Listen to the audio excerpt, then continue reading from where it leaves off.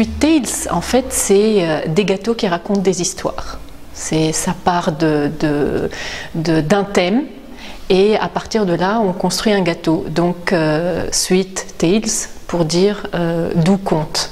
Un conte transposé en gâteau. Ce que vous voulez. Alors ça peut être du personnage de dessin animé ou de bande dessinée ou de quelque chose qui sort de votre imaginaire, de votre passion, de votre quotidien, de vos hobbies. La limite, c'est vraiment votre imagination. Bon, bien sûr, après, il faut toujours construire ça sur quelque chose de réalisable. La limite, c'est la technique. Mais il n'y a pas de limite dans les thèmes. Ça part toujours d'une proposition de celui qui va recevoir le gâteau. C'est toujours lui qui fixe le thème. Je vous dis, si c'est un enfant, il va partir sur ses personnages favoris ou alors sur un thème de, je sais pas moi, de princesse ou de héros, si c'est un petit garçon, etc. Et puis en général, quand on grandit, pour les femmes, ça devient la mode, l'accessoire. Pour l'homme, c'est le foot, les cartes, le cinéma. Je vous dis, il n'y a pas de limite, vraiment pas de limite. Bon, les couleurs, bien évidemment, sans doute, ce sont je veux dire, ça part de colorants. Par contre, la pâte que j'utilise pour recouvrir, c'est une pâte décor que je fabrique moi-même. J'ai fait plusieurs essais jusqu'à arriver à une recette de pâte qui me convient et qui me permet vraiment de développer un maximum de possibilités au niveau de la construction des gâteaux.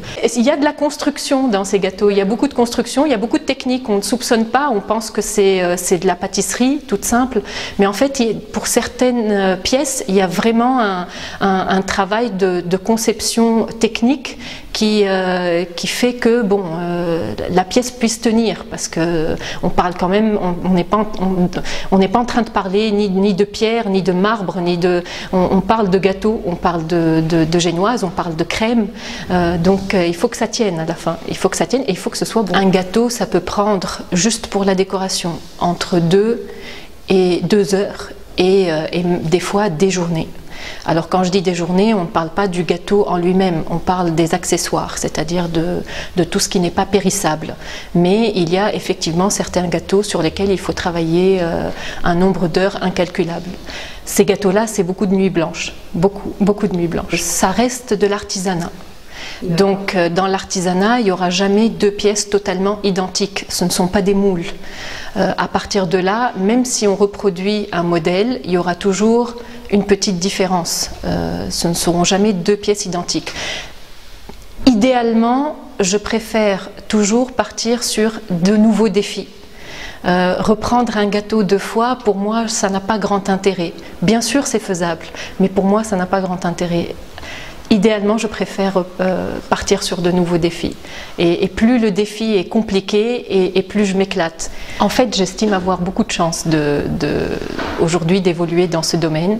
Je m'épanouis totalement. Et puis, j'ai découvert énormément d'amis.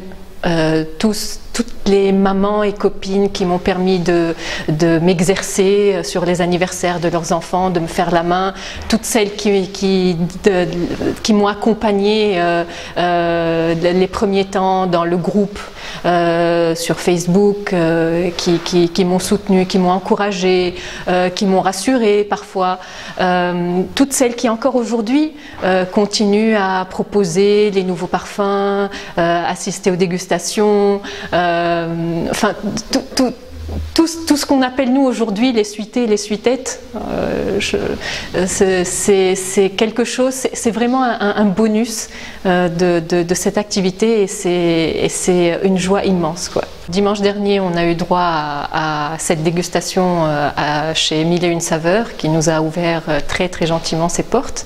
Et on a eu donc la maison hantée, enfin tous les gâteaux sur le thème autour du thème de Halloween. Et puis chaque gâteau était d'un parfum différent, le but étant que ce soit quand même une dégustation. Donc on a eu le chocolat orange, on a eu le chocolat marron glacé, on a eu l'amande noisette, etc., etc. Les sucettes, les cupcakes, les cookies et tout ce qui s'ensuit. Alors la maison hantée, c'était chocolat, orange et éclat de chocolat.